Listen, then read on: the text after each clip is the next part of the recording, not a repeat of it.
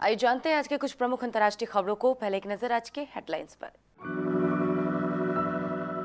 Blast के बाद Israeli दूतावास के बाहर मिला लिफाफा, जांच में जुटी एजेंसियां। दिल्ली में इजरायल दूतावास के पास धमाका, सभी हवाई अड्डों, अयोध्या, हरिद्वार सहित कई जगहों पर अलर्ट जारी। कभी दिल्ली पुलिस में कांस्टेबल थे राकेश टिकैत, 44 बार जा चुके हैं जेल, चुनाव में नहीं चमकी किस्मत। आज व कल बढ़ सकती है ठंड, अगले हफ्ते बारिश के आसार। कृषि कानूनों के खिलाफ अब अनशन नहीं करेंगे अन्ना हजारे। दिल्ली में ब्लास्ट के बाद अमित शाह ने कोलकाता दौरा किया रद्द। ममता को फिर मिला झटका, राजीव बनर्जी ने विधायक पद से दिया इस्तीफा। बजट से पहले चांदी की कीमतों में जोरदार उछाल, सोना भी हुआ महंगा। आ गई केजीएफ चैप्टर 2 की रिलीज डेट सामने, इस तारीख को होगी रॉकी और अधीरा की टक्कर। ऑस्ट्रेलिया के पूर्व क्रिकेटर ब्रेट ली ने दी अजिंक्य रहाणे को टेस्ट कप्तान बनने की सलाह। दिल्ली के लुटियंस इलाके में औरंगजेब रोड पर स्थित इजरायली दूतावास के बाहर शुक्रवार की शाम मामूली आईईडी विस्फोट हुआ है। सूत्रों के अनुसार विस्फोट स्थल से एक लिफाफा बरामद हुआ है जिस पर इजरायली दूतावास का पता लिखा है। सूत्रों ने हालांकि इस संबंध में ज्यादा जानकारी नहीं दी। उन्होंने कहा कि विस्फोट स्थल से एक लिफाफा बरामद हुआ है। इससे पहले दिल्ली पुलिस के अतिरिक्त जनसंपर्क अधिकारी अनिल मित्तल ने कहा कि अति सुरक्षित इलाके में हुए धमाके में कुछ कारें क्षतिग्रस्त हुई हैं और प्रारंभिक जांच में पता चला है कि किसी ने सनसनी पैदा करने के लिए यह शरारत की है। दिल्ली स्थित इजरायली दूतावास के पास धमाके के बाद सुरक्षा एजेंसियां अलर्ट हो गई है। सभी हवाई अड्डों, महत्वपूर्ण प्रतिष्ठानों व सरकारी भवनों के लिए भी अलर्ट जारी कर दिया गया है। इस धमाके का असर दिल्ली समेत दूसरे राज्यों में भी देखने को मिल रहा है। अयोध्या समेत पूरे उत्तर प्रदेश में अलर्ट जारी किया गया है। महाकुंभ को देखते हुए हरिद्वार में अलर्ट जारी किया गया है। बता दें कि शुक्रवार शाम 5:30 बजे के करीब इजरायली दूतावास के पास एक धमाका हुआ। इस ब्लास्ट के बाद अयोध्या सहित पूरे उत्तर प्रदेश में अलर्ट जारी कर दिया गया है। उत्तर प्रदेश के सभी जिलों को हाई अलर्ट पर रखा गया है। अयोध्या पर खास तौर पर ध्यान रखा जा रहा है। गणतंत्र दिवस की घटना, उसके बाद उठी आरोपी की आंधी और नए कृषि कानूनों की वापसी न होने तक आत्महत्या की धमकी देने वाले चौधरी राकेश टिकैत ने किसान आंदोलन में एक बार फिर से जान फूंक दी है। जूनियर टिकैत के आंसुओं ने आंदोलन की दिशा बदल दी है। आंदोलन स्थलों से किसानों की वापसी थम गई है। युवा और किसानों के नए जत्थों ने बॉर्डर का रुख किया है, सब राकेश टिकैत की बदौलत। राकेश टिकैत बाबा की ख्याति प्राप्त चौधरी महेंद्र सिंह टिकैत के बेटे हैं। दूसरे नंबर के राकेश के बड़े भाई नरेश है। नरेश वैसे तो भारतीय किसान यूनियन के अध्यक्ष हैं, लेकिन कमान राकेश के हाथ में है। व्यवहारिक रूप से आंदोलनकारी पिता के उत्तराधिकारी राकेश टिकैत ही हैं। सारे फैसले उन्हीं के होते हैं, लिहाजा वे ही यूनियन के राष्ट्रीय प्रवक्ता भी हैं। एक समय में वे दिल्ली में पुलिस भी थे। जनवरी के आखिर में पड़ रही कड़ाके की ठंड से जनजीवन प्रभावित हो रहा है। शुक्रवार को सुबह देर तक कोहरा के साथ ही सर्द हवा ने लोगों को बेहाल किया। मौसम विशेषज्ञों ने अगले 2 दिनों में न्यूनतम तापमान और गिरने का अनुमान जताया है। कोहरे का दौर हफ्ते भर तक जारी रहने की संभावना के साथ ही अगले हफ्ते बारिश होने के आसार भी व्यक्त किए गए हैं। इस बार जाड़े के मौसम में कड़ाके की ठंड खत्म हो जाने वाले दिनों में प्रचंड शीतलहर अपना असर दिखा रही है। शुक्रवार को मध्याह्न 12 बजे तक कोहरा छाया रहा। अत्यधिक सर्द हवा के चलते जरूरी कार्य होने पर ही लोग घर से बाहर निकले। दोपहर के समय कोहरे की चादर थोड़े छटने से हल्की धूप तो निकली, लेकिन उसमें गर्माहट नहीं के बराबर होने से शीत का प्रकोप बना रहा।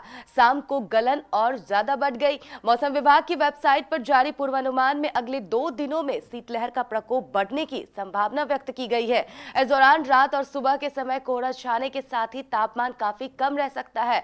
दिन का अधिकतम तापमान 19 डिग्री और रात का न्यूनतम तापमान 8 डिग्री सेल्सियस से नीचे ही रहने की संभावना जताई गई है। विशेषज्ञों ने अगले हफ्ते 3 और 4 फरवरी को बारिश होने की भी संभावना जाहिर की है। इस दौरान 3 फरवरी को हल्की बारिश, जबकि 4 फरवरी को गरज चमक के साथ बूंदाबूंदी होने की संभावना जाहिर की गई है। जबकि अगले 7 दिनों में देर रात और सुबह के समय पड़ रहे कोहरे का दौर जारी रहने का अनुमान भी जताया गया है। समाजसेवी अन्ना हजारे ने कृषि कानूनों के खिलाफ अपना प्रस्तावित अनशन अब नहीं करने का फैसला किया है। अन्ना ने खुद महाराष्ट्र के पूर्व मुख्यमंत्री देवेंद्र फडणवीस की मौजूदगी में ऐलान किया है। यही नहीं, अन्ना ने किसानों के हित में सरकार की ओर से उठाए गए कदमों को समर्थन किया है। गौरतलब है कि कृषि कानूनों के खिलाफ वे शनिवार को अनशन करने वाले थे। गौरतलब है कि इससे पहले अन्ना ने कहा था कि केंद्र सरकार के नए कृषि कानूनों के खिलाफ वे महाराष्ट्र के अपने गांव रालेगंज सिद्धि में अनशन शुरू करेंगे। गृह मंत्री अमित शाह ने शुक्रवार की शाम इजरायल एम्बेसी के करीब हुई ब्लास्ट के बाद अपना बंगाल दौरा टाल दिया है। बंगाल के भाजपा अध्यक्ष दिलीप घोष ने सोशल मीडिया पर इसकी जानकारी दी है। सूत्रों के मुताबिक आईईडी धमाकों के बाद बने हालात की वजह से यह फैसला लिया गया है। शाह ने देर रात दिल्ली में सुरक्षा और खुफिया एजेंसियों की आलाधिकारी के साथ हाई लेवल मीटिंग भी की है। शाह 2 दिन के लिए बंगाल जाने वाले थे। उनका शुक्रवार देर रात ही कोलकाता पहुंचने का कार्यक्रम था। बंगाल भाजपा ने बताया था कि गृह मंत्री अमित शाह शनिवार को ठाकुर नगर में भाजपा सांसद शांतनु ठाकुर से मुलाकात करेंगे और यहां एक रैली को भी संबोधित करेंगे। अगले दिन रविवार को शाह हावड़ा में भी रैली करने वाले थे। पश्चिम बंगाल में इस साल विधानसभा चुनाव होने हैं, जहां भाजपा राज्य में अपनी पैठ मजबूत करने की कोशिश कर रही है, वही सत्तारूढ़ तृणमूल कांग्रेस के सामने अपना गढ़ बचाने की चुनौती है। चुनाव से पहले कई नेता टीएमसी का साथ छोड़ रहे हैं, वहीं कुछ भाजपा का दामन भी थाम चुके हैं। इसी कड़ी में पूर्व कैबिनेट मंत्री राजीव बनर्जी ने शुक्रवार को विधायक पद से इस्तीफा दे दिया है। वे इससे पहले 22 जनवरी को ममता बनर्जी के नेतृत्व वाली सरकार के कैबिनेट मंत्री के पद से इस्तीफा दे चुके हैं। उन्हें ममता ने राज्य के वन मंत्री की जिम्मेदारी सौंपी थी। दिल्ली सराफा बाजार में शुक्रवार को सोना 132 रुपए की तेजी के साथ 48,376 रुपए प्रति 10 ग्राम हो गया। एचडीएफसी सिक्योरिटीज ने यह जानकारी दी है। पिछले कारोबारी सत्र में सोना 48,244 रुपए प्रति 10 ग्राम पर बंद हुआ था। चांदी भी 2,915 रुपए के उछाल के साथ 68,410 रुपए प्रति किलोग्राम पर बोली गई। पिछला बंद भाव 65,495 रुपए प्रति किलोग्राम था। एचडीएफसी सिक्योरिटीज के वरिष्ठ विशेषज्ञ तपन पटेल ने कहा, केंद्रीय बजट से पहले दिल्ली में 24 कैरेट सोने की कीमत 132 रुपए प्रति 10 ग्राम की तेजी रही।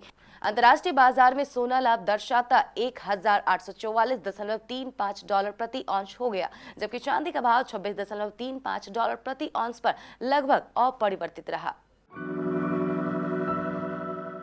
इंतजार खत्म हुआ और इस साल की बहुप्रतीक्षित फिल्मों में से एक केजीएफ चैप्टर 2 की रिलीज डेट का आखिरकार ऐलान कर दिया गया है। 16 जुलाई को संजय दत्त और यश आमने सामने होंगे। केजीएफ चैप्टर 2 वैसे तो कन्नड़ भाषा की फिल्म है, मगर इसे हिंदी दर्शकों के बीच भी खासी लोकप्रियता मिली थी। फिल्म का निर्देशन प्रशांत नील ने किया है। पहले फिल्म की कामयाबी ने दूसरे भाग के लिए इंतजार और बढ़ा दिया। ऑस्ट्रेलिया की सरजमी पर भारत को ऐतिहासिक जीत दिलाने वाले अजिंक्य रहाणे की कप्तानी को लेकर इन दिनों हर तरफ चर्चा हो रही है।